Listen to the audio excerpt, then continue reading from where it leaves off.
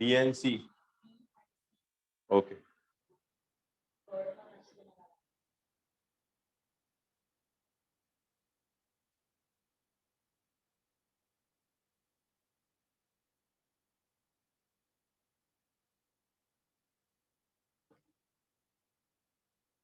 बोलो कोई ऑप्शंस मिल रहा है इसमें से, कोई मैच हो रहा है आपके?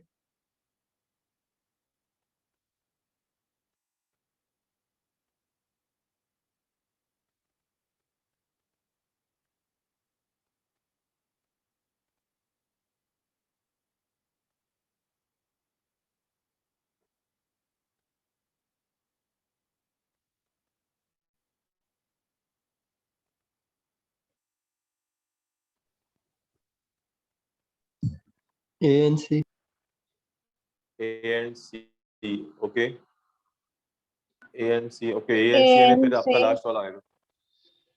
ANC, ANC में क्या मैच हो रहा है बोलो? ANC में क्या कनेक्टिंग मिला आपको पॉइंट?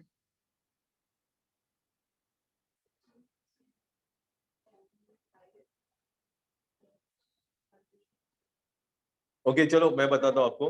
मैंने क्या बोला था, पहला स्टेप हमें क्या करते हैं, पहला स्टेप क्या करते हैं बोलो? अभी क्या बोला था हम लोग ने? नॉर्मली ये अगर क्रैक करना है तो सबसे पहला स्टेप क्या करेंगे हम लोग? क्या ढूंढना है पहले, सबसे पहले? भूल गए सब लोग? What you to search? Pronoun. हाँ, हम लोग हमेशा प्रोनाउन ढूंढते हैं इसमें। बाद में ऑफकोर्स ये ऐसा नहीं कि हर टाइम काम करेगा, लेकिन पहले प्रोनाउन ढूंढे, अगर वो नहीं रहेगा तो फिर हम लोग go to next option, like conjunction, preposition. कुछ एंडिंग में किसी के कोई सेंटेंस के एंडिंग में कंजंक्शन है या किसी कोई सेंटेंस के प्रेपोजिशन, तो हम लोग कनेक्ट करते हैं। लेकिन सबसे पहले ये सबसे आसान तरीका होता है प्रोनाउन ढूंढना। इसमें कोई प्रोनाउन है? देखो पूरे पैसेज में कोई प्रोनाउन यूज किया है? नहीं। नहीं। देखो रीड केयरफुली, है प्रोनाउन, सॉरी।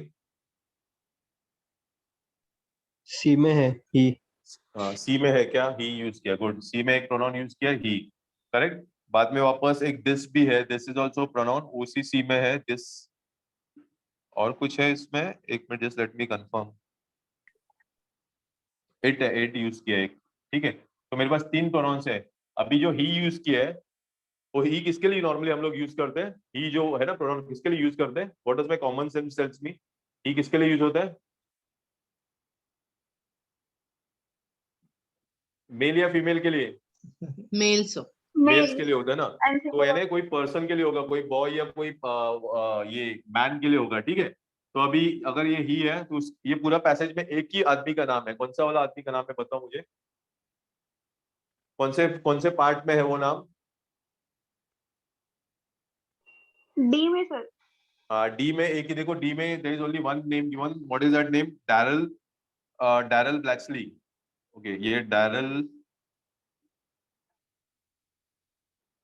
ब्लैचली ये नाउन है ना, ये नाम है, तो इसके लिए ये ही यूज किया रहेगा ना, क्योंकि और ये पूरे पैसेज आप पढ़ोगे तो और कोई नाम ही नहीं है इसमें। तो डेफिनेटली अगर इधर ही यूज किया तो किसके लिए यूज किया? ये पर्टिकुलर बंदे के लिए यूज किया, डैरल ब्लैचली के लिए यूज किया। समझ में आया? ये सब लोगों को कॉन्सेप्ट समझ में आया क्या, या वापस बताऊं? ये ओके, समझा। हाँ। तो ये जो डैरल ब्लैचली है वो डी में है, और ये जो प्रोनाउन है, बाकी प्रोनाउन भी मैं फोकस नहीं करूंगा क्योंकि मुझे ये कनेक्शन मिल गया। ये प्रोनाउन सी में है। तो कौन सा कॉम्बिनेशन बैठेगा अभी, कौन सा पेयर मिल गया मुझे? डीसी थर्ड डीसी सर मिल गया, करेक्ट यस, है। क्योंकि पहले प्रोनाउन आएगा आपका, बाद में नाउन आएगा ना। सॉरी, पहले नाउन आएगा बाद में प्रोनाउन आएगा, सॉरी। तो ये डीसी बैठ गया। तो अभी मुझे, मेरा काम है खाली डीसी ढूंढना है मुझे। डीसी किधर है इसमें? देखो ऑप्शंस में कौन से ऑप्शन में डीसी है? third, third. यस, थर्ड में ही डीसी है, बाकी किधर डीसी है ही नहीं। तो डेफिनेटली मेरा यही काम, इधर ही काम बन गया। ओके। तो ऐसा नहीं कि ये ट्रिक हर टाइम वर्क करेगा, लेकिन जब भी आप स्टार्ट करोगे पहले प्रोनाउन वाला कॉन्सेप्ट से स्टार्ट करो। अगर प्रोनाउन का कॉन्सेप्ट काम करता है तो ठीक है, नहीं तो दूसरे भी तरीके हैं, जैसे कुछ प्रेपोजिशन या कंजंक्शन। नॉर्मल जो एंड होता है ना सेंटेंस, उसके एंड में कुछ प्रेपोजिशन या कंजंक्शन देते तो उससे हम लोग कनेक्ट करके देखते हैं। लेकिन हमेशा याद रखो, फर्स्ट टाइम हमेशा आप अगर सॉल्व करो तो पहले try to locate the pronoun. और अगर आपको प्रोनाउन मिल गया तो वो प्रोनाउन किसके लिए यूज किया गया है वो ढूंढो, तो इट बिकम्स वेरी इजी। ठीक है। ओके सर, मतलब फर्स्ट प्रोनाउन और फिर बाद में नाउन ना? हाँ, पहले पहले नहीं नहीं नहीं, पहले नाउन, प्रोनाउन पहले ढूंढना है बोला मैंने, प्रोनाउन ढूंढना है बोला, लेकिन जब आप अरेंज करोगे तो पहले आपको नाउन वाला सेंटेंस आएगा ना। हाँ हाँ हाँ। पहले नाउन वाला सेंटेंस आता है, बाद में प्रोनाउन वाला सेंटेंस आता है। लेकिन मेरे पास एग्जाम में पैसेज आएगा तो पहले चीज क्या करूंगा, मैं प्रोनाउन ढूंढूंगा। और अगर मुझे प्रोनाउन मिलता है तो बाद में मैं ढूंढूंगा वो प्रोनाउन किसके लिए, नाउन है क्या उसके लिए। और बाद में जब मैं अरेंज करूंगा फाइनली, तो पहले आपका प्रोनाउन वाला सेंटेंस आएगा, जिसमें पहला क्या आ गया, नाउन नाउन वाला डी वाला, और उसके बाद आ गया सी वाला, तो डीसी मेरा combination. Okay yes sir. Okay. Sir always pronoun ढूंढने का फर्स्ट। हाँ, हमेशा प्रोनाउन देखो, क्योंकि उससे काम इजी हो जाता है। अगर वो प्रोनाउन का कनेक्शन नहीं मिल रहा है तो फिर कंजंक्शन देखो, प्रेपोजिशन देखो, या बहुत सारे तरीके, कुछ लॉजिक से कनेक्ट करने को देखो। लेकिन सबसे इंपॉर्टेंट चीज है पैर ढूंढो, पैर कुछ मिलते क्या ढूंढो। ओके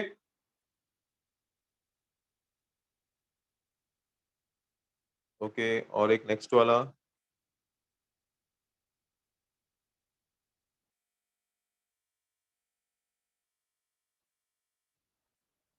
ओके नेक्स्ट वाला आपको अभी देखना है।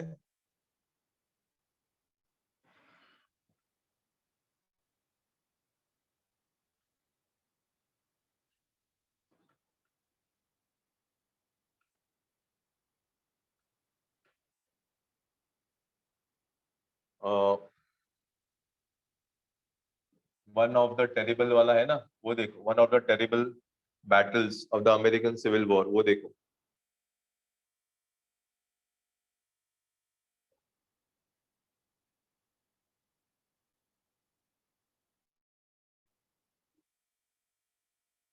मैं ऑप्शंस बताता हूँ, एक मिनट।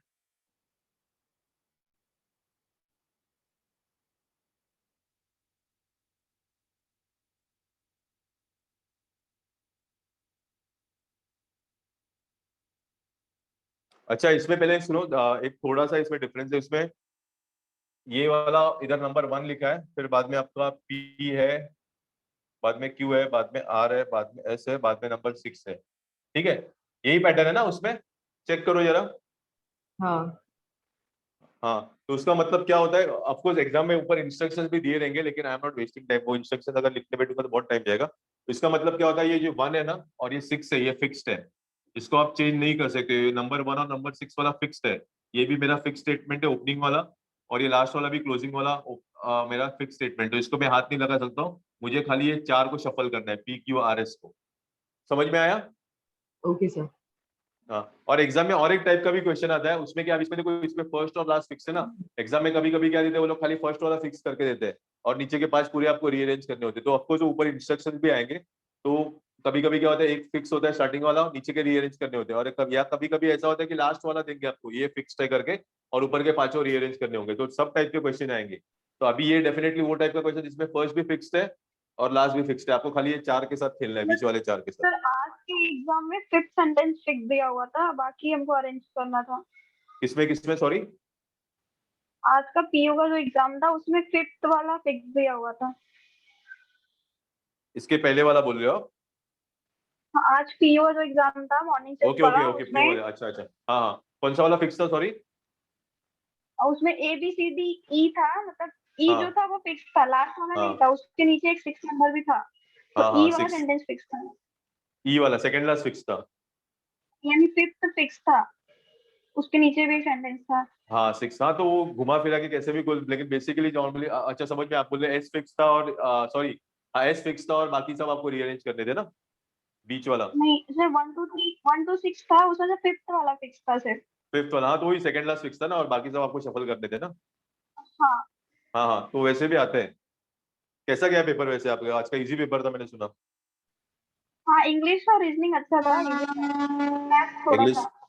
ओके। नहीं, क्योंकि मैंने बात की स्टूडेंट से, बोल रहे थे पेपर बहुत इजी था, एसबीआई से कंपेयर किया तो बहुत इजी था आज का पेपर। एसबीआई दिया था आपने वंशी का? एसबीआई दिया था, नहीं दिया था? नहीं नहीं, नहीं, अच्छा, तो एसबीआई से कंपैरेटिवली बहुत इजी था करके, that is what the feedback what I got. Paper doable था। Okay, yes. ओके, तो मुझे ऑप्शंस देने हैं अभी इसके लिए, एक मिनट।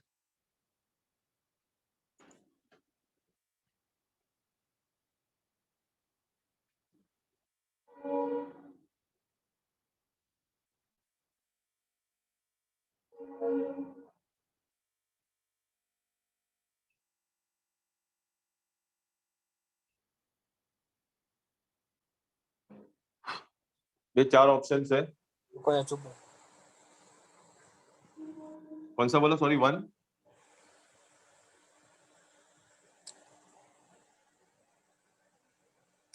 Hello sir. हाँ बोलो। सर ये SQRP ये सब क्या है सर? सर समझ में नहीं आ रहा मेरे। ये ऑप्शन है, आपको सेंटेंस, आप सेंटेंस है आपके सामने? तो ग्रुप देखना पड़ेगा ग्रुप, क्वेश्चन। हाँ तो ग्रुप पे पहले वो देखो, पैसेज डाला है मैंने। अभी आपने लेट ज्वाइन किया क्या लेक्चर? नहीं सर, मतलब बहुत दिन हो गया, मतलब नहीं नहीं, अभी बहुत दिन। अभी बहुत दिन का नहीं, आज का लेक्चर लेट ज्वाइन हाँ किया क्या? आज लेट हुआ था थोड़ा। हाँ तो आधा लेक्चर ज्वाइन करोगे तो कैसे समझेगा? मैंने ग्रुप पे पैसेज डाले, देखो पैसेज ओपन करो। उसका स्टार्टिंग ये है, वन ऑफ द टेरिबल। वो पैसेज हाँ ओपन करो आप। ओके, है, मिल गया वो पैसेज?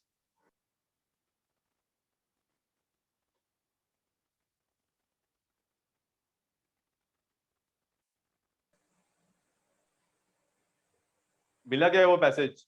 हाँ मिला सर। हाँ तो वो पैसेज में जो सेंटेंस है ना, PQRS, वो हाँ हाँ अलग अलग गलत ऑर्डर में दिए, वो आपको रीअरेंज करने हैं। पहला वाला फिक्स है, लास्ट वाला 6 वाला फिक्स है। बीच के जो 4 सेंटेंस है ना, वो गलत तरीके से अरेंज किए, तो आपको सीक्वेंस में अरेंज करना है। और आपका हो गया आंसर, तो इससे मैच करना है कौन सा वाला सीक्वेंस करेक्ट है। ओके। Okay okay sir. अच्छा बोलो ना, कमिंग बैक, कौन किसी को मिला आंसर कोई? Sir fourth one Second. QPSR। Fourth one और सेकंड, ओके। और किसी को?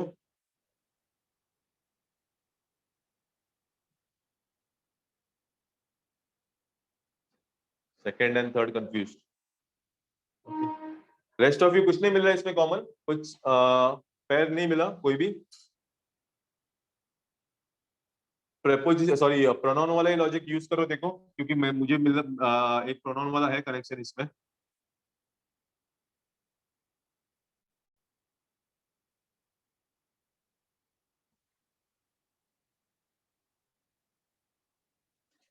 ओके देखो, जो आर वाला सेंटेंस है, सर सेकेंड ऑप्शन। आर वाले का, हाँ आर वाले का स्टार्टिंग क्या है देखो, इन नवंबर ऑफ ईयर। उसका मतलब क्या होता है? ये दैट एक प्रोनाउन है वापस, दैट यानी वो साल नवंबर, वो साल का नवंबर में, ठीक है। तो इधर ईयर की बात की, कोई तो ईयर की बात की, तो पूरे पैसेज में एक ही सेंटेंस में ईयर मेंशन किया है। किसमें मेंशन किया है वो ईयर? कौन से पार्ट में? First one. Yes, first one में बोला गया है। I just remove this. First one में क्या बोला गया है?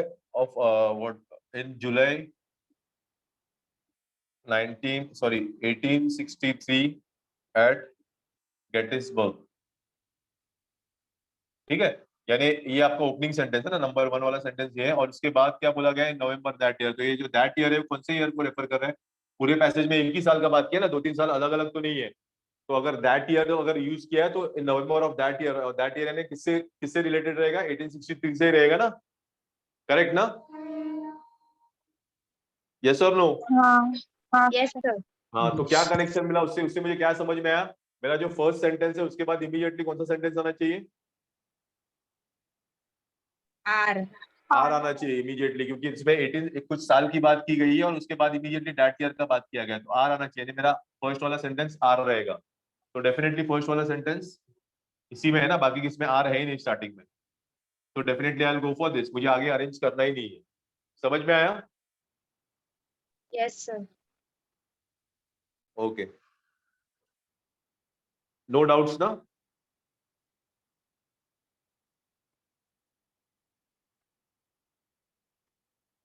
Okay, Yes, sir. ठीक है। अभी और एक है,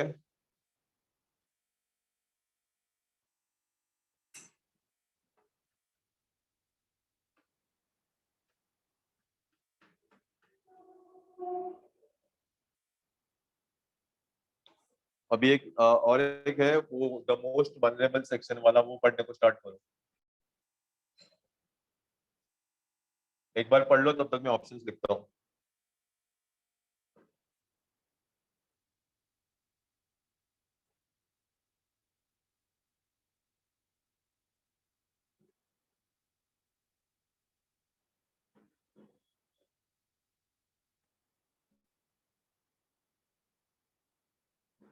उसका लास्ट का पार्ट थोड़ा डिलीट हो गया, लेकिन डोंट वरी, वो 6 सेंटेंस फिक्स है ना, वो थोड़ा डिलीट हो गया, लेकिन वो तो फिक्स सेंटेंस है, तो don't worry about that.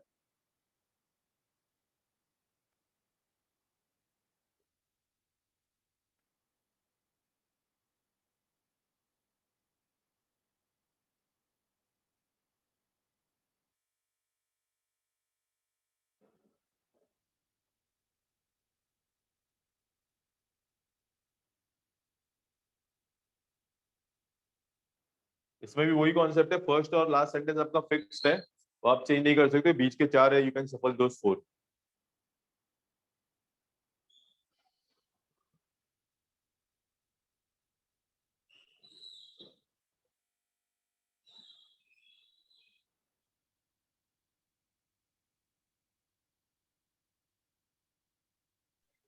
Sir SRPQ third one.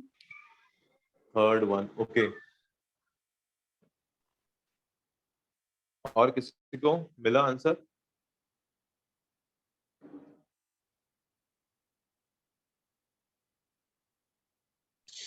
Third one. First. First, third, okay.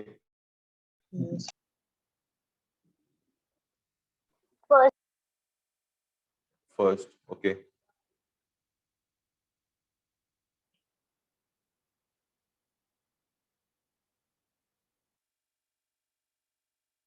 और किसी को? अच्छा, आज का जो पेपर दिया उनका अटेम्प्ट कितना, अंशी का आपका कितना अटेम्प्ट किया क्वेश्चंस टोटल, कुछ पता है कितना अटेम्प्ट हो गया? सर टोटल 50 अटेम्प्ट हुए मेरे, कम में जो 60 या 50 कितने बोले? 50। 50। और इंग्लिश के कितने हो गए उसमें से? इंग्लिश के 18 थे। 18, ओके। और किसी ने दिया क्या आज का पेपर? और कोई है जिसने दिया आज का पेपर? Only one student? हाँ सर मैंने भी दिया। अच्छा, आपका कितना हो गया संकल्प ना, कितना हो गया अटेम्प्ट आपका टोटल? 19। कितना? 19 इंग्लिश में? और ओवरऑल कितना है? ओवरऑल 56। 56, ओके, ठीक है, ओके। अच्छा, coming back to the sentence, देखो इसमें ना प्रोनाउन वाला कॉन्सेप्ट यूज करना थोड़ा कंफ्यूजिंग है, हर टाइम ना एक ही कॉन्सेप्ट यूज नहीं करेगा, आपको चेंज करना सर, पड़ेगा। अब हाँ बोलो। इंग्लिश में हमें कितना स्कोर करना पड़ता है? वो depends upon the sectional cut off, अभी कैसे हर साल अलग अलग होता है ना, जैसा डिपेंड्स अपॉन द पेपर, कैसा पेपर है, ये टाइम का थोड़ा इजी है तो कट ऑफ शायद से हाई लगेगा, क्योंकि मुझे फीडबैक जो तो भी मिला। सर एक रफ आइडिया, मतलब पर्टिकुलर सब्जेक्ट के लिए क्या होता होगा? कांट से, डिपेंड्स, मैंने वही बोला, अभी कल मैं रिव्यू देखूंगा तो मैं बता पाऊंगा, पेपर का रिव्यू आता है ना, वो मॉडरेट टू हार्ड था या क्या, वो रिव्यू देख के ही बता पाऊंगा, ऐसे ही नहीं बता पाऊंगा, क्योंकि एवरी रिव्यू कट में ऑफ भी। तो मॉडरेट था पेपर, जो रिव्यू एनालिसिस था उसमें मॉडरेट लिखा हुआ था सब पेपर। ओके, सबका, हर एक सेक्शन का? Yes sir.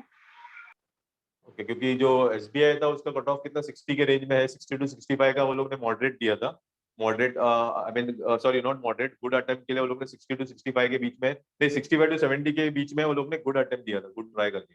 अभी इसका मैंने देखा नहीं है, अभी जो स्टूडेंट्स का फीडबैक है वही, इसलिए मैं बोल नहीं पाऊंगा, मुझे पहले वो देखना पड़ेगा उसका, ठीक है? आज का अटेम्प्ट 74 तक गया है सर, बहुत ज्यादा अटेम्प्ट किया है आज। 74 तक गया है? Yes sir. किसका? मैंने मतलब ऑनलाइन जो एनालिसिस था उसमें एक लड़की बात करी थी, उसका सुना 74 अटेम्प्ट्स थे। तो आपका एक फ्रेंड का भी अच्छा गया है, कौन सा फ्रेंड रहेगा बोलो? अनिकेत का हाँ, अनिकेत का भी 72 है। 72 है, 28 उसका इंग्लिश में है। 28, हाँ 28 इंग्लिश का, तो उसका भी अच्छा गया है, तो वही बोलना, बहुत इजी था पेपर एक्चुअली बेसिकली, और बाकी क्लासेस के बच्चे वो लोग भी मुझे बोल रहे थे पर ठीक मैथ्स था का ही करके। थोड़ा था, मतलब उसका भी मैथ्स का थोड़ा प्रॉब्लम हुआ है, मैथ्स हाँ, था उसका थोड़ा। मैथ्स का डीआई में प्रॉब्लम हुआ था, ये टाइम भी पता नहीं है, ये टाइम मैंने बात नहीं की, लास्ट टाइम उसका डीआई में प्रॉब्लम हुआ था, I don't have not spoken them. आज का मैथ्स थोड़ा था सर, टफ था थोड़ा, मैथ्स कैलकुलेटिव टफ था था, थोड़ा? मतलब मैथ्स टफ थोड़ा था, जो कौन सा पार्ट? फटाक से क्लिक नहीं हो, जो क्लिक होना चाहिए वो क्लिक नहीं हो रहा था जितना जल्दी होना चाहिए था। ओके, टाइम कंज्यूमिंग था, यस सर। ओके, ठीक है, देखते हैं। अच्छा, तो coming back to the sentence, मैं बोल रहा हूँ इसमें प्रोनाउन यूज करना थोड़ा हर टाइम प्रोनाउन नहीं यूज कर सकते। अभी तक 2-3 जो भी किया हम लोग ने सब प्रोनाउन, इसमें मैं प्रोनाउन यूज नहीं कर सकता हूँ क्योंकि नियरली इसमें हर एक सेंटेंस में प्रोनाउन है। देखो आर में भी दे किया गया है, एस में भी दे है, और किधर है पी में देम है। तो ये सब किसके लिए यूज किया रहेगा प्रोनाउंस? किस बारे में? स्टूडेंट्स के लिए। हाँ स्टूडेंट, क्योंकि स्टूडेंट्स के बारे में पैसेज है ना, तो स्टूडेंट्स के लिए यूज किया। तो ये बहुत कंफ्यूजिंग होगा अगर मैं प्रोनाउन का कॉन्सेप्ट ट्राई करूंगा कनेक्ट करने के लिए, क्योंकि ये पूरा पैसेज स्टूडेंट्स के बारे में है और ये दे यानी स्टूडेंट्स होते हैं, ये भी स्टूडेंट्स है, ये भी स्टूडेंट्स है। तो इसलिए this concept will not work this time. तो ऐसा जरूरी नहीं है, अभी किसी ने पूछा था हर टाइम प्रोनाउन से होगा, तो ऐसा जरूरी हर टाइम प्रोनाउन से होगा। जैसे अभी ये एग्जाम्पल में प्रोनाउन से नहीं हो रहा है, इसमें ना तो फिर कंजंक्शन है। नॉर्मली कभी क्या होता है सेंटेंस के एंड में ना एंड होता है या और होता है या बट होता है, तो वो भी वाला कॉन्सेप्ट नहीं है। तो अभी मुझे थोड़ा लॉजिकली सोचना पड़ेगा। ओके, तो I have to think a bit logically. That's why never focus on one concept. मैंने खाली आपको सीक्वेंस बताया है कि पहला प्रोनाउन होगा, उसके बाद कंजंक्शन प्रीपोजिशन और उसके बाद ऑफ कोर्स लॉजिक। तो अभी इसमें प्रोनाउन वाला कॉन्सेप्ट मेरा बिल्कुल वर्क नहीं हो रहा है क्योंकि हर एक सेंटेंस में प्रोनाउन यूज किया है, और ना तो कंजंक्शंस प्रीपोजिशंस, क्योंकि कोई सेंटेंस के एंड में प्रीपोजिशन भी यूज नहीं किया, ना तो कंजंक्शन यूज किया। तो अभी मुझे थोड़ा लॉजिक यूज करना पड़ेगा, ठीक है। अभी ना how to use the logic. जो फर्स्ट वाला पी है ना, उसमें कुछ बोला गया है, they have a great appeal to them। इसका मतलब क्या होता है to have a great appeal for something? Phrase है actually, to have a great appeal. यानी हम लोग कभी कभी बोलते हैं इट्स वेरी अपीलिंग। क्या होता है मतलब? इट्स वेरी अपीलिंग बहुत कॉमन फ्रेज है, नहीं सुना है ये? ओके, टू हैव अपील यानी to attract, to have an attraction for something. जब कोई चीज हमको अपील करती है ना, या सपोज आप शोरूम में गए तो आपको ड्रेस बहुत अच्छा लगा, तो बोलते that dress is very appealing, यानी वो बहुत अट्रैक्टिव लग रहा है मुझे, ठीक है। तो इसका मतलब होता है to have a great appeal का मतलब होता है टू अट्रैक्ट समथिंग। और अगर आप वापस आर में आओगे, आर में भी सेम कॉन्सेप्ट यूज किया है, they cannot resist the charm. अब इधर जो चार्म मतलब है, चार्म का मतलब क्या होता है? What does charm mean over here? अगर मैं बोलता हूँ he has a very charming personality, तो उसका मतलब क्या हो गया? चार्मिंग वर्ड नहीं सुना आप लोगों ने? He has a very charming personality, तो उसका मतलब क्या हो गया? प्रभावी। प्रभावी या अट्रैक्टिव। यस, प्रभावी या अट्रैक्टिव। तो इसका भी मतलब अट्रैक्टिव हो गया। तो मुझे 2 सेंटेंस मिले जिसमें सेम कॉन्सेप्ट डिस्कस किया गया है। इसमें लिखा गया they have a great appeal, it has a great appeal to them, यानी उसको वो बच्चे लोग उसके लिए बहुत अट्रैक्ट हो जाते हैं। और इसमें लिखा है they can not resist the charm, यानी अट्रैक्शन की बात हो रही है। तो अगर वो दोनों सेंटेंस, यानी मुझे एक हिंट मिल गया कि इसमें भी अपील का बात हो रहा है, यानी इसमें भी अट्रैक्शन का बात हो रहा है, और इसमें भी कहीं ना कहीं अट्रैक्शन का बात हो रहा है। तो मैं क्या कर सकता हूँ, ये 2 पेयर कनेक्ट होते क्या देख सकता हूँ पहले। समझ में आया इतना? क्योंकि वो दोनों सेंटेंस में मुझे सिमिलर कॉन्सेप्ट मिला है। कौन सा वाला कॉन्सेप्ट सिमिलर है दोनों में, बोलो? चार्म। चार्म या अट्रैक्टिवनेस का दोनों में सेम कॉन्सेप्ट है पी और आर में। तो अभी मैं देखूंगा मैं कनेक्ट कर पा रहा हूँ कि नहीं। देखो अभी वो जो पी वाला सेंटेंस है ना, उसमें क्या लिखा है? Revolutionary and new fledged ideas have a great appeal to them, यानी जो नए नए आइडियाज आ रहे हैं ना आजकल के तारीख में, वो बच्चे लोग को बहुत अट्रैक्ट कर रहे हैं। स्टूडेंट्स के बारे में ना, तो स्टूडेंट्स को बहुत अट्रैक्ट कर रहे हैं, ये बोला गया है पी सेंटेंस में। I repeat again, P sentence में बोला गया है कि जो नए नए आइडियाज है, न्यू फ्लेज आइडियाज आ रहे हैं, वो स्टूडेंट्स को बहुत अट्रैक्ट कर रहे हैं। और आर में क्या बोला? They can not resist the charm. Resist का मतलब क्या होता है? They can not resist the charm.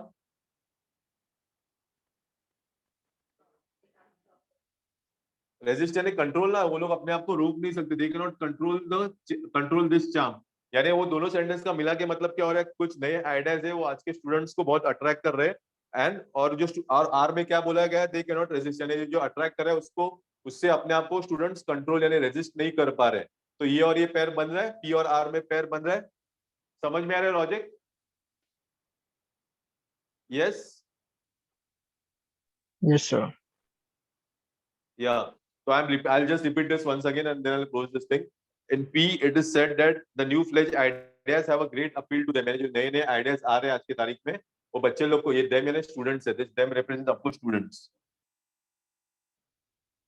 तो students have a great attraction for them, जो new ideas are very appealing. और बाद में आर में क्या बोला है? This ideas are so appealing that the students can not resist, students अपने आप को कंट्रोल नहीं कर पा रहे उससे अट्रैक्ट होने से, ठीक है। तो डेफिनेटली मेरा पी और आर का पेयर बन रहा है। तो पी और आर किसमें है? First one. फर्स्ट में ही है पी और आर का कॉम्बिनेशन, और किसी में नहीं है। तो मैं ऑप्शन विल बी दिस। तो ये पैसेज थोड़ा अलग था, जिसमें आपका प्रोनाउंस काम भी नहीं है, आपका कंजंक्शन काम भी नहीं है। नॉर्मली वही सीक्वेंस होता है, हम लोग पहले प्रोनाउन ढूंढते हैं, अगर if that doesn't work then we go for preposition. Sentence में एंड में ना प्रेपोजिशन या कंजंक्शन ढूंढते, जैसे एंड, बट, और वगैरह, तो वो भी नहीं है इसमें। तो थर्ड मेरा ऑप्शन एक ही बचता है, मुझे लॉजिक थोड़ा यूज करना पड़ेगा, और मैंने वो एग्जैक्टली वो ही किया। मैंने थोड़ा सेंटेंस का सेंस पकड़ लिया, इधर कुछ अपील की, अट्रैक्टिवनेस की बात हो रही है, और वो अट्रैक्टिवनेस की बात वापस आर में हो रही है। That's why I form the pair P R, and then I will go for this P R वाला ऑप्शन। Okay, yes.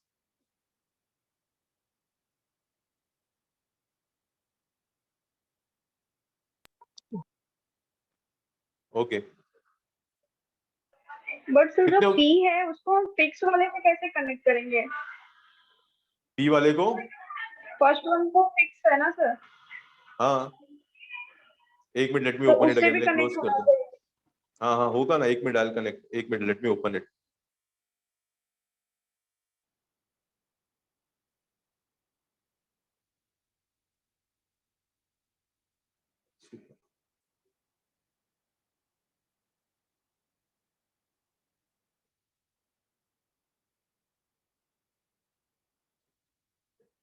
तो पहला वाला, फर्स्ट वाला क्या बोला?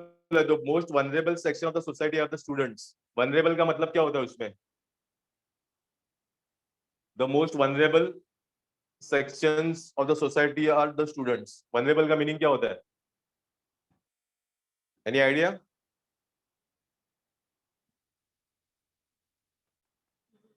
हाँ, वनरेबल वो होते हैं जो इजीली टारगेट हो जाते हैं, हम जो का भी इजीली टारगेटेड, यानी बच्चे लोग का एज वैसा रहता है ना, वो किसी भी गलत चीज की तरफ अट्रैक्ट होते हैं, इसलिए हम लोग बोलते हैं दिस इज वेरी वनरेबल, ठीक है। तो उसमें वो वनरेबिलिटी की बात कही है, इसको वाला पी वाला ना, बाद में वो की वनरेबल है, वो पी में कहा गया है कि किस चीज के लिए वनरेबल है वो?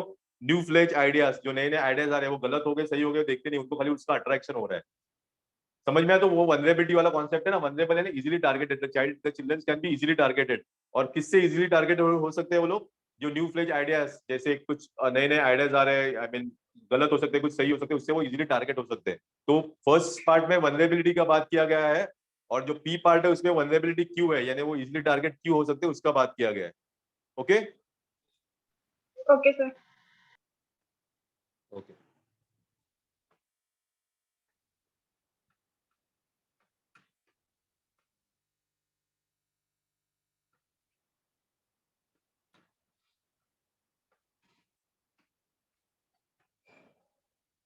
ठीक है।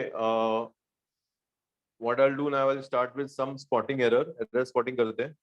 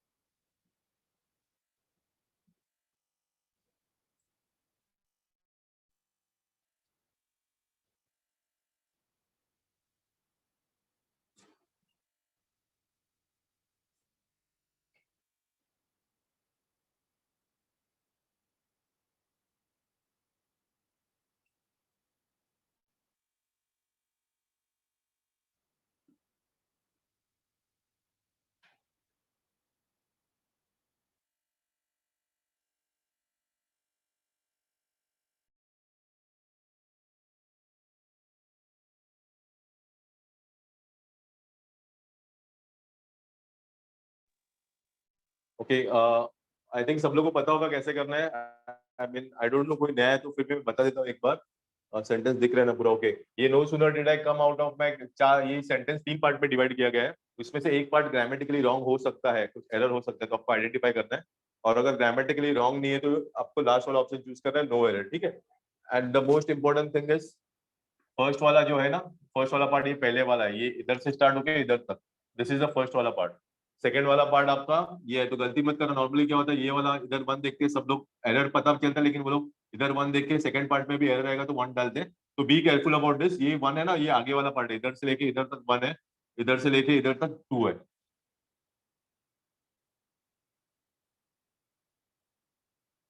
ओके, बोलो if you are able to catch any error. Second.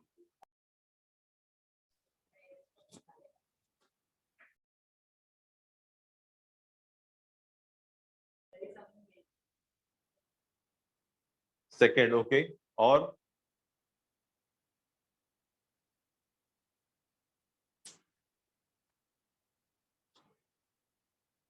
बहुत बेसिक एरर है, it's a very basic error. First में स्वप्निल से फर्स्ट में, ओके। आई के बाद कम लिखा है, केम आना चाहिए ना, डिड डाला है तो। ओके, कम, हाँ तो कम ही होगा ना, डिड के साथ फर्स्ट फॉर्म जाएगा ना। सॉरी। टू और डिड के बाद वर्ब का फर्स्ट फॉर्म ही जाता है, वी वन जाता है टू और डिड के साथ। ओके ओके, किसी ने और सेकंड, किसने सेकंड बोला था? अम्मई आई थिंक। क्या है सेकंड में, बोलो।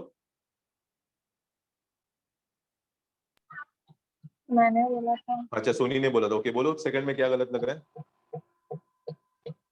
सर वो पेन के बदले देन आएगा, नो यस, सुनर। Very good. I don't know कितने जन ने मेरे साथ मैं कंजंक्शंस किए हैं। एक कोरिलेटिव कंजंक्शन करके कॉन्सेप्ट होता है।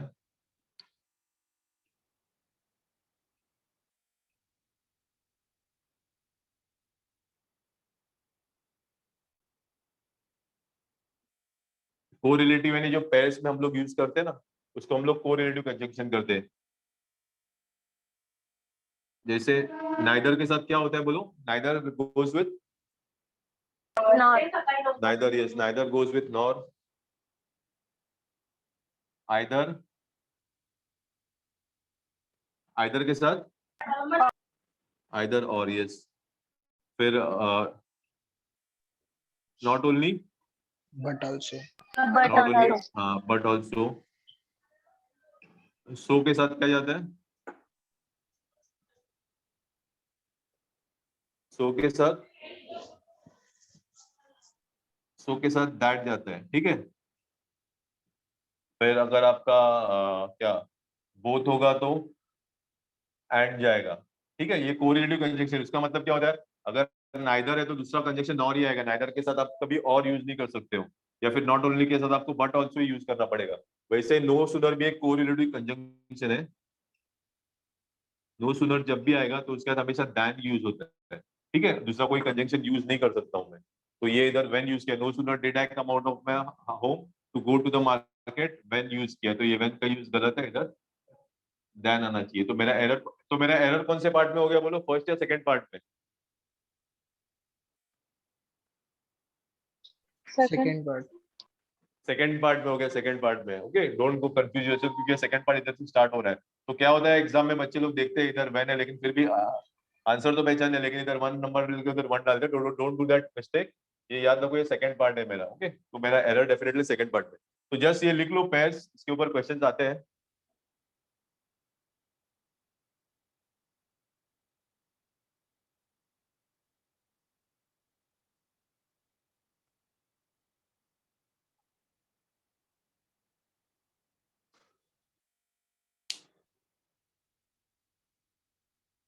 हो गया?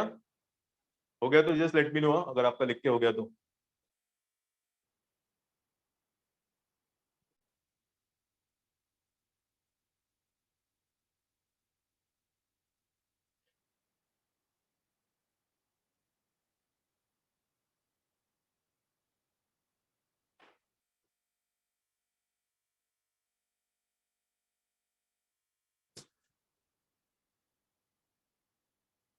निकाल दूं मैं? हो गया लिख के सब लोग का?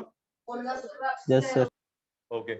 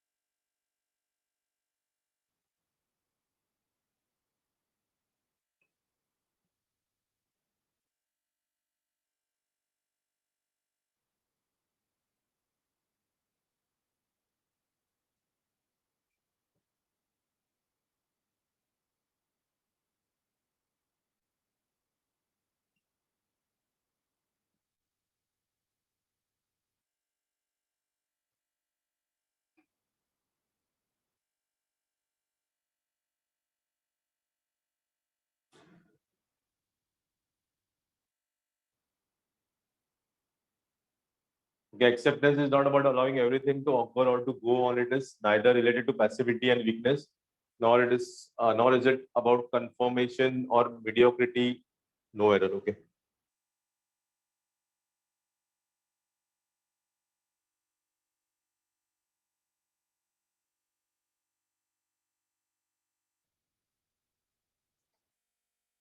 इसमें है कुछ गलत?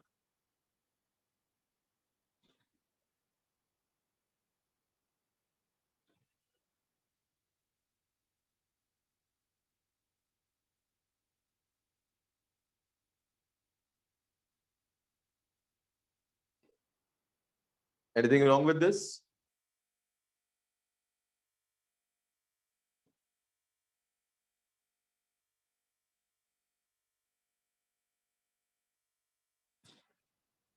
अच्छा, मैं आपको हिंट देता हूँ। चलो, इधर जो है इट इज यूज किया गया है और इधर इज इट यूज किया गया है। दोनों में से एक कोई तो गलत है। कौन सा वाला गलत हो सकता है, बोलो?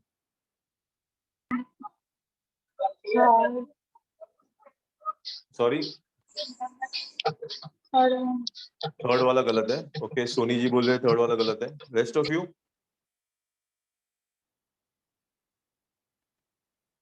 दोनों में से कौन सा गलत लग रहा है आपको?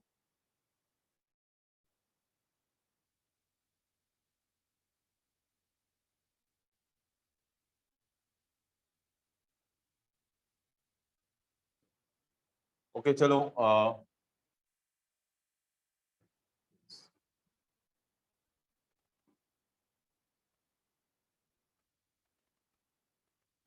मैंने एक सेंटेंस लिखा है, it is a good place to stay. अगर यही सेंटेंस का आपको क्वेश्चन बनाना है, ये सेंटेंस जो लिखा है ना उसका क्वेश्चन बनाना है, तो कैसे क्वेश्चन बनाऊंगा मैं? आप it is a good place to stay, तो इसका क्वेश्चन बनाओ। Is it a good place to stay? Yes, is it a good place to stay. ठीक है, ये क्वेश्चन बन गया। तो ये क्वेश्चन वाला सेंटेंस, इसको हम लोग बोलते हैं interrogative sentence. This is a interrogative sentence. और ये मेरा सिंपल स्टेटमेंट है, तो उसको हम लोग अफर्मेटिव बोलते हैं या असर्टिव बोलते हैं। सॉरी, ये दो। तो फर्स्ट और सेकंड में क्या डिफरेंस है बोलो? ऑफकोर्स सेकंड वाला क्वेश्चन है, फर्स्ट वाला क्वेश्चन नहीं है। अपार्ट फ्रॉम दैट क्या डिफरेंस दिख रहा है आपको? क्या डिफरेंस दिख रहा है इसमें कंस्ट्रक्शन में सेंटेंस का?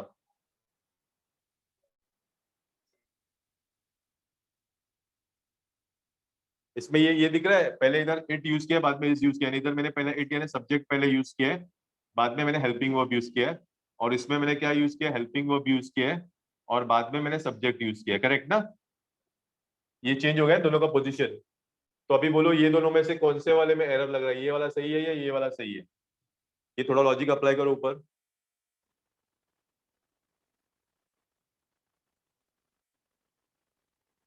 ये जो सेकंड वाला फॉर्मेशन है ये खाली क्वेश्चन में होता है, अगर आपका क्वेश्चन है तो ही ये वाला फॉर्मेशन होता है। तो अभी मुझे बोलो कौन सा वाला करेक्ट है, रॉन्ग है?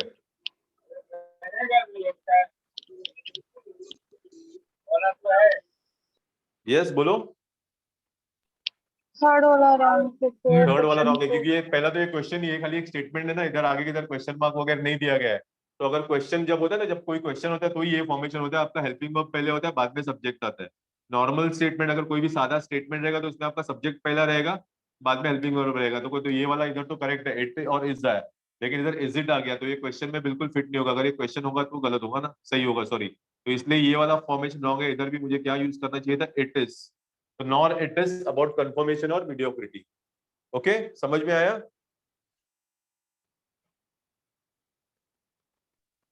Yes sir. ओके, ये लिख लो जरा प्लीज, जो दो एग्जांपल से नीचे वो।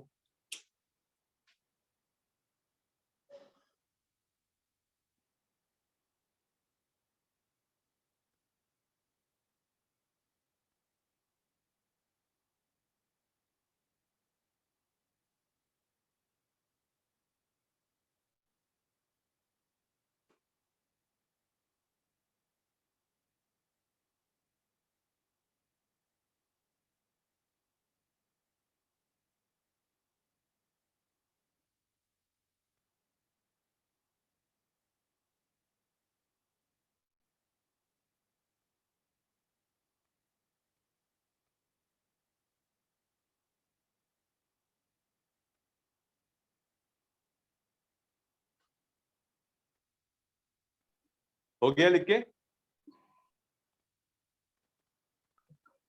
ओके, मैं निकाल सर लेता हूँ। यस। सर मेरा एरर डिटेक्शन में ना बहुत मतलब रॉन्ग आते तो राइट नहीं तो आते, अच्छे से रॉन्ग ही आते। मैंने बहुत वीडियोस भी बार बार देखे, तो सब ग्रामर्स भी थोड़ा बहुत आपने जो कराया देखा, फिर भी कितने रॉन्ग महीने आ से रहा कर है। कितने महीने से कर रहे हो आप? नहीं, मैंने तो महीने नहीं हुए, अभी अभी तो आपने 1 मंथ हो गया अच्छा, हाँ आपको तो कराया, हाँ तब हाँ से तो मैं कर रही हूँ। हाँ तो कोई भी चीज को टाइम लगेगा, ठीक है, मैं बताऊंगा, I help you out, don't worry. इसको कोई भी चीज है ना तो उसको प्रैक्टिस लगता है। अभी मुझे भी आ रहे हैं तो ऐसे नहीं कि एक आध महीने में, 2 महीने, it requires lot of practice. तो आपको प्रैक्टिस थोड़ी हो जाएगी। ज्यादा करके एरर्स सब्जेक्ट वर्ब एग्रीमेंट के ऊपर ही आते हैं, तो वो भी मैं डिस्कस करूंगा, don't worry about that. Subject verb agreement, prepositions और कंजंक्शंस, उसके ऊपर बेसिकली होता है एरर्स, तो डोंट वरी, ओके, वो हो जाएगा आपका, थोड़ा प्रैक्टिस लगेगा आपको खाली, ठीक है? हाँ सर, मैं करती हूँ प्रैक्टिस करके। कैसा? Okay.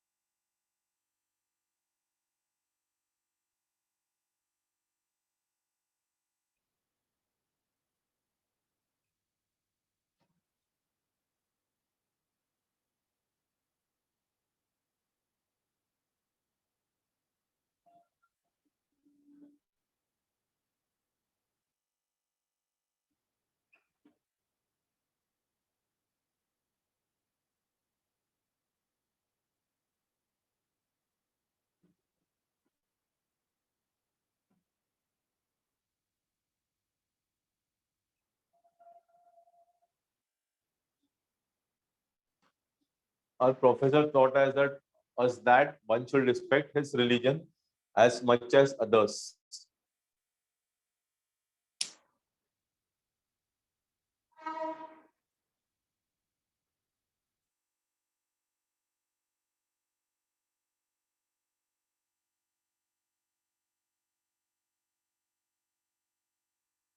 Anything wrong with this?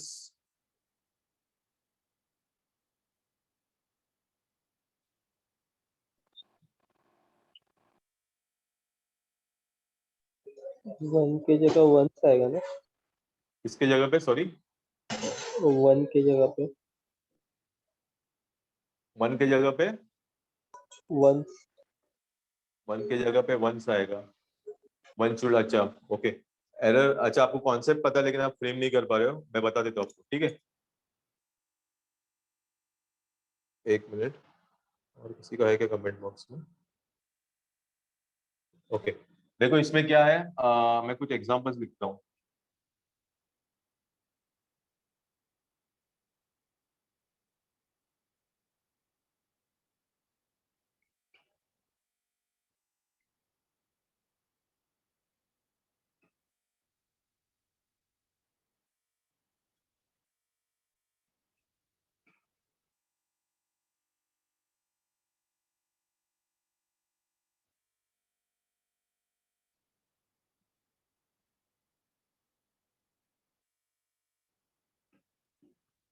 ये 3 सेंटेंस लिखे, तीनों ग्रामेटिकली करेक्ट है ना?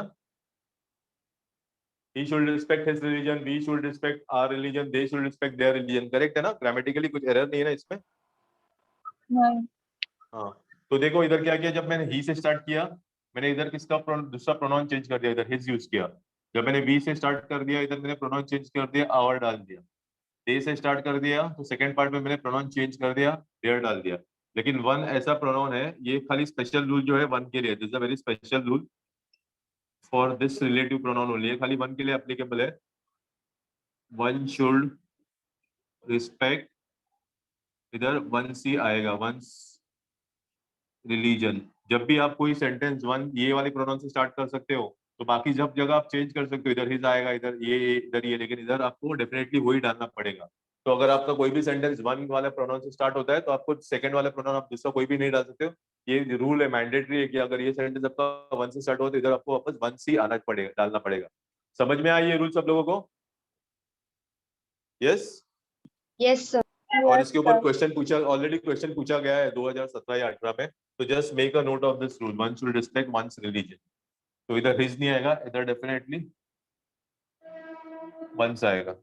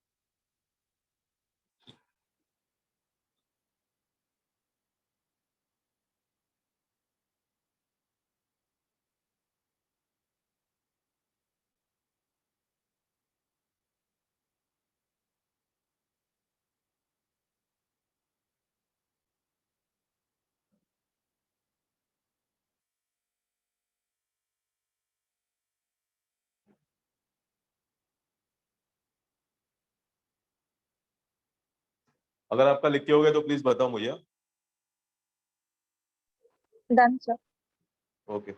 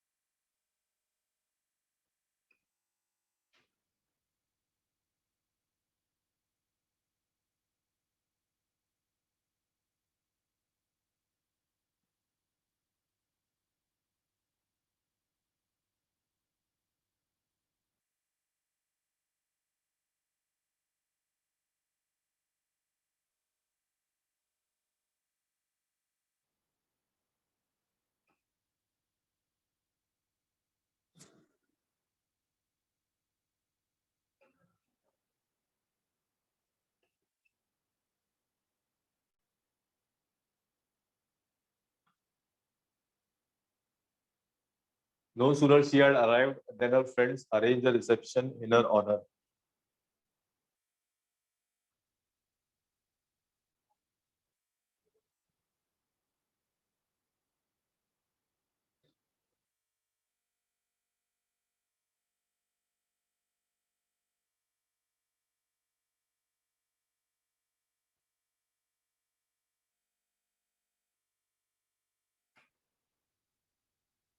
बोलो कुछ गलत लग रहा है इसमें?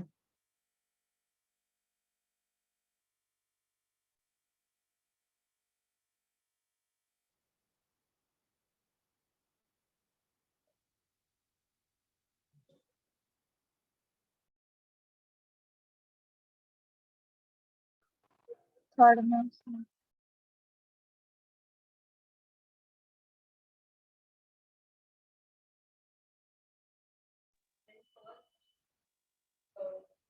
फर्स्ट।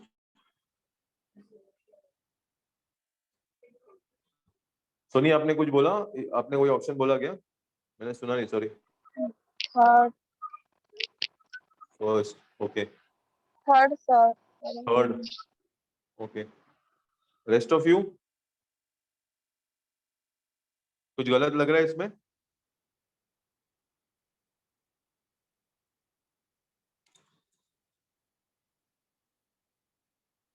नहीं?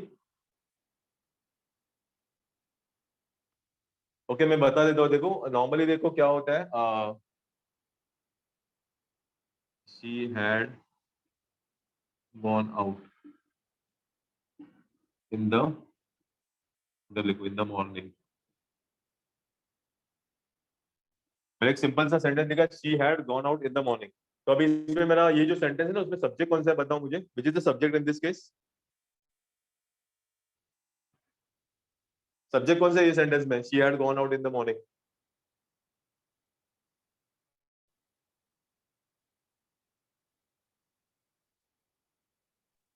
नहीं, सब्जेक्ट आइडेंटिफाई कर। सब्जेक्ट कोई भी सेंटेंस के तीन पार्ट्स होते हैं ना, सब्जेक्ट होता है, एक वर्ब होता है और एग्रीमेंट, एक सॉरी एक ऑब्जेक्ट होता है, ठीक है। सब्जेक्ट क्या होता है? जिसके बारे में सेंटेंस है वो।